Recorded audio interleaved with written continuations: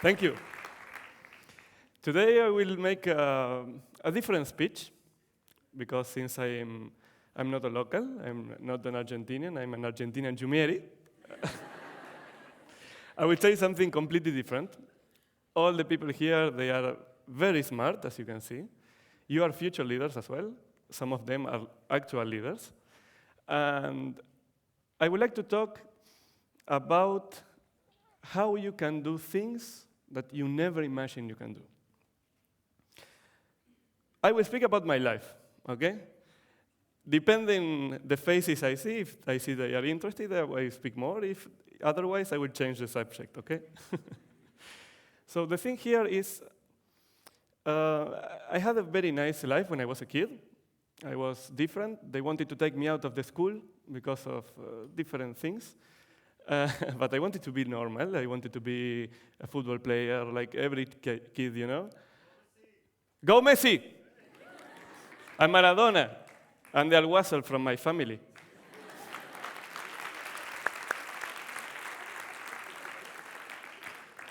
So my life started to change when I was only 11 years old, okay? I will say something sad, but please don't feel sad. As you can see, I'm very happy, okay? So the thing is, I lost my mother when I was 11 years old. Happens, okay? You know, who knows about this? We don't write the destiny. And the thing is, after my mother passed away, I was completely different. I went to school, you know, the children, they were completely different, thinking about other things. I remember when they were telling about, oh yeah, I will ask my mother, that hurt me, you know, like I can't, you know. But then you start understanding more about life. The next year after my mother, my best friend, also Nicolas, he passed away also as well, but he had a heart that inspired me a lot. And he changed my life, okay? He was so strong. I remember when I was with him in the hospital, he had leukemia, okay? I'm saying right in English, right? It's very bad, my English, sorry. And when I went to the hospital with him, imagine, we were talking about 11 years old kids, you know, very young. And he was taking blood examples, which I'm still very nervous about it. And he was looking at me very, like, you don't have to be afraid, you know? He was so young, and I will never forget Nicolas Picciotti. So after those things that happened in my life became completely different, of course, right? All my friends were trying to play video games and do normal things, and I was thinking about what will happen with my sister and if my father passed away, you know? Because I was older than him, than her, sorry. So at the age of 13 only, I started working. I was a computer teacher. By the way, between brackets, I'm a designer and a photographer, and I'm not using technology today. Because I want to speak from the heart, you know? So, yes, it's a different speech, I told you. So the thing is that when I started becoming a teacher, I was a teacher of older people. So all my friends were older than me, you know? It was very funny, really. And when at the age of 15, I had my first company, very small, not like big companies here, like my friends. But I started working a lot. So when I went to a meeting, they were like, come on, you're not the guy I spoke to. Oh, yeah, hello. Yeah, I look very young. Now I'm bald, as you can see, but it didn't happen before.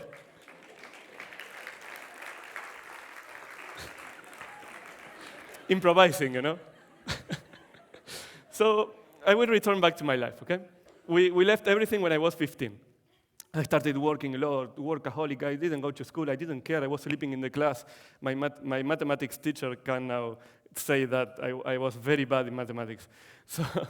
So the thing is that when I finished school, okay, I had a lot of problems with my father because my father was a very strong Christian. And he said that God gave you the gift to be very creative, to be smart, and you're not doing anything with that, you're only working. So that created a lot of conflicts. He wanted to send me to the military school. Can you imagine a philanthropist in a military school? So he wanted a different life. He wanted me to become a businessman. So he started training me as a businessman like him.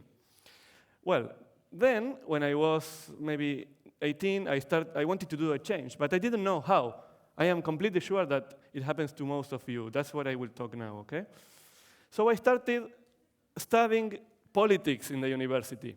You can imagine, Argentina, you know, I love my country. I love my country, and Maradona and Messi, of course, and many other people. And my fiancée here also, I love her. She's Argentinian. And so the thing is, I wanted to become a politician, okay? So I went to university, very happy. One day, my teacher, he said, Nico, I have to speak with you. Okay, sure, let's go for a coffee. And yeah, like that. And we went, I'm like that, you know? Everybody who knows me knows I'm like that. So we went for a coffee, and he told me, I will tell you something that will hurt you, but at the same time, you will understand when you become older. And he told me, please leave the university. Imagine my teacher telling me that, you know? And he was teaching me exactly politics. So it's weird, I'm studying politics, I want to be a politician. And he said, you're not for this. If you want to help people, be a businessman. You can be a businessman, with your money, you help people. But here, it's very hard, okay? Now, alhamdulillah, in my country, everything is different than before. And the politicians are becoming better. And it's very good. So the thing is, I quit university. Imagine, my father, what are you doing quitting the university? You're the worst of the family, the black sheep of the family. Like that. So I said, but this is not what I want. My teacher told me that. Who's your teacher to tell you? My teacher? Why? That's why he's in the university. Right? So I started working again. Then I started public relations. As you can see, I love it. And I was very good at it, and I really, really enjoyed it. But the crisis came in Argentina, 2001, and I couldn't keep paying the university because I was working and studying at the same time. And my father passed from being a medium businessman to having very serious problems, okay, with finances. So I had to work for the family. After that, I really needed to do something more, you know. I was very young, I did a lot of things, and I didn't do something more. So what did I do? I took an airplane like this and went to Europe without destiny. I went to Italy, and then I went to Spain, and then, well, as I told you, I'm not good in mathematics, so I ran out of money.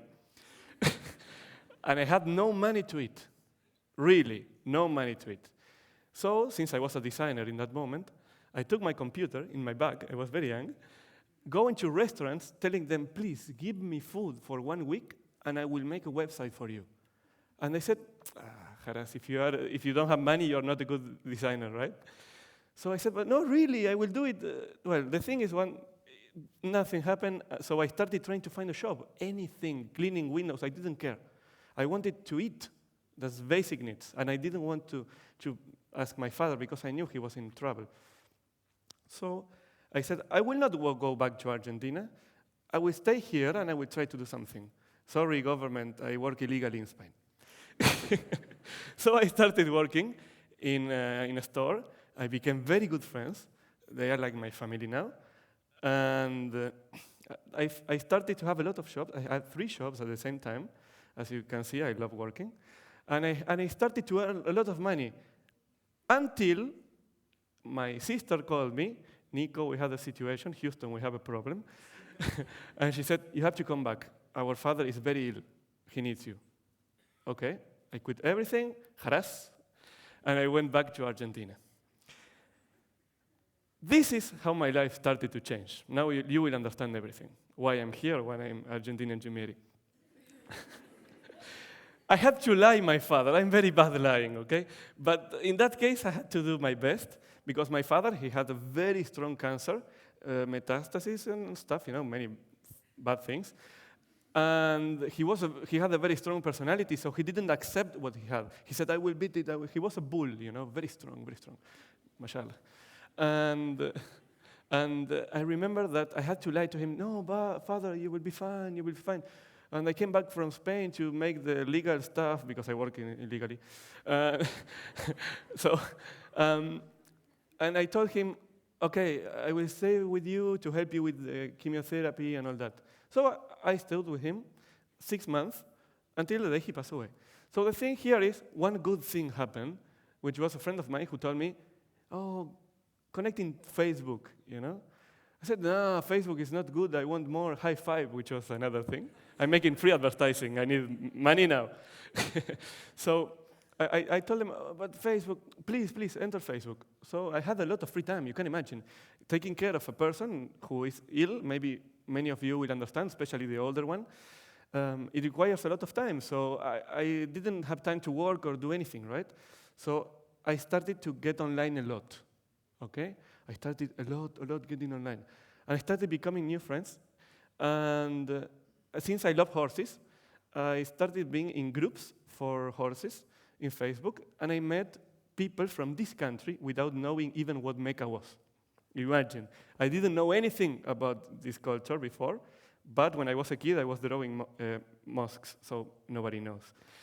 Weird. And the thing is, when I started learning about this culture, I started feeling a passion. I started to understand the real value of family, something I didn't have. Imagine I was living outside the country, I was traveling all the time. And I became very close with some of my friends here, which are now they are my family. And I will want to say only one thing. I know that in this country it's not good to mention the names, especially women, but there's one person I would really like to mention. Her name is Hassa Tamim.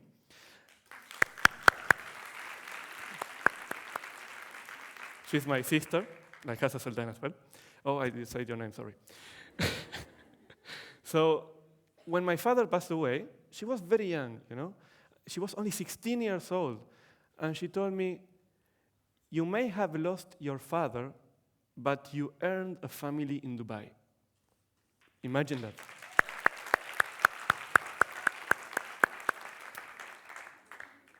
For you. So when that happened, I said, how can a girl, with all my respect, so young, feel that kind of things? I mean, how can she be so wise being so young? And I said, there's something about this culture I need to know. I didn't know how or why, but I wanted to come. I didn't care about the skyscrapers, which are beautiful, but I wanted to learn about the real culture. Because I was born in the wrong place, you know? It's like that. That's why I'm Argentinian Jumeiree, because I am Argentinian, but I live in Jumeirah. And what happened was incredible. When my father passed away, I'm saying a good thing, of course, I cried like every person, but something incredible that happened, 3 days before he passed away, he made a surprise party for my grandmother. She became 90. And he made a surprise party for her, you know. And he was a very strong personality person, so he was not, very nice with the people in the family. And because he was very strict, oh, you have to do this. And then he completely changed. He was a different person. When this disease took him, he changed. He understood the real meaning of life, which is family, friendship, being a good person, trying your best, because when you have children, why people teach their children to be better people or to do what they do is because they feel immortal that way. Because your children will continue your legacy. You know what I mean? I'm sure that many of all the people here understand what I mean. So when my father passed away, I had a lot of knowledge. I felt like a person with 60 years old in the body of someone from 25. I'm 29 now, by the way, 29. So I felt like I have the world in me. I mean, imagine, if you have to go to the mall, you have to call your father and say, yeah, I'm in the mall, I have to go there. I didn't have anyone to call. And I was before the black sheep, so I didn't care. So what did I do? I said, all the money I have is not a lot, okay? But the money I had, my father wanted me to have a house. So I said, okay, I will keep my promise to have a house. So I invested in a studio, 39 meters square only. I keep my word, and I bought my house. Imagine the house. This is bigger, And I bought it, and all the rest of the money, I said, I want to become a philanthropist. I want to do charity. I want to help the world. I want to do something. I understood that, with all my respect, I'm respectful, that I understood that the Arabs are not terrorists like the media are trying to say. So I said, I want to do something for that, And I said, I have to understand what people feel to become a better philanthropist. Okay. By the way, philanthropist is a person who dedicates his life for a good cause. Like helping humanity. It means a person who loves humanity. Okay. So that's the definition. In Wikipedia, I took this. More advertising. I'm good. 1971 is our foundation. This is here. So the thing, guys, is returning back to the story. Okay. There was something that really changed my life, which was that day when Hassa told me that, and he said, I have to be wiser. I mean, going to the university is very good, but it's not enough. And I was in Buenos Aires, big city, everything you want, and I traveled, but that was not enough. So what did I do? I took my father's money, and I said, I will invest this wisely. What did I do? I started traveling the world. I met like 17 countries, backpacking, okay, like alone with nothing, okay. I was going like with nothing to the house of the people to meet them, the culture, blah, blah, blah. I was walking in landfills because I needed to understand what a person in need thinks and feels, to be something for them, to help them with my experience, with your experience, okay. So if I had to bring some pictures, that would be the picture I would put here. Walking in the landfill. 1 week after that, I spoke with some friends of mine who live in Monaco. They are Argentinians, very, very smart people. They are engineers specialized in cleaning, recycling, and all that. And he told me, okay, come here. So I went to Monaco, okay, I started traveling, and they taught me how to make a landfill, how to make something different. Because I have a good relationship with the mayor of the city I was going to help, in a very small town. And I wanted to do something for them, something real, okay? At the beginning, giving things to people was nice, but it was not enough. Every time I came back, they didn't have juice again, So I really wanted to become wiser, a wise person, because I knew what was important in life, I really wanted to make a change. So that's how I became a full-time philanthropist. I quit my job, I quit everything. My family very happy, you can imagine. I quit everything, and I became a philanthropist. Everything. Since that day, I didn't work again. I had no money. I came to the Emirates with $100, and my friends sponsored the trip. I am very grateful. And since that day, only in 3 years, guys, I'm talking to 2008, 2009, when my father passed away, I visited almost 20 countries. I made 2 foundations. We made 2 foundations. One here, one in Argentina called Yarepi, which means brother in native language, We did so many nice things, okay? We met these people, my family. They are my family now.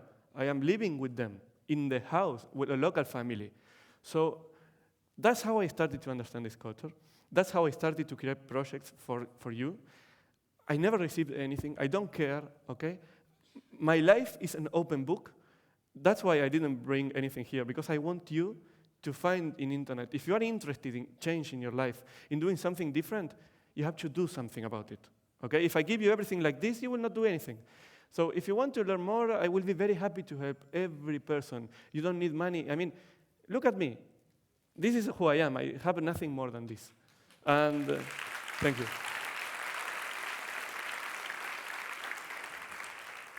I appreciate, highly appreciate. Shukran. And what I want to tell you guys, this is really important to know, that with nothing you can do a lot of things, okay? I'm not talking like a friend or someone I watch in TV. No. I'm talking about my life, okay? About what happened to me. I came from nothing. I had nothing to eat. When I was planning to make the team with our friends here, I didn't sleep. I was sleeping only 3-4 hours a day because the Arab time is different, 7 hours of difference to Argentina. So I really wanted this to happen, and it happened. Now they are doing really well, so I am leaving them to start working together, because they are meant for that. They are leaders. And why I am so proud to be here talking with all of you, not because it's good for me. I don't care about advertising. I don't care about showing off. I don't care. because here, every person sitting here, they are young leaders. You are the future of this country, man. So you have to do something about it. It's a responsibility. So I just wanted to tell you one more thing, which is a phrase I saw, I think is very nice, which is, experience is not what happens to you. Experience is what you do with what happens to you. Thank you, guys. Thank you.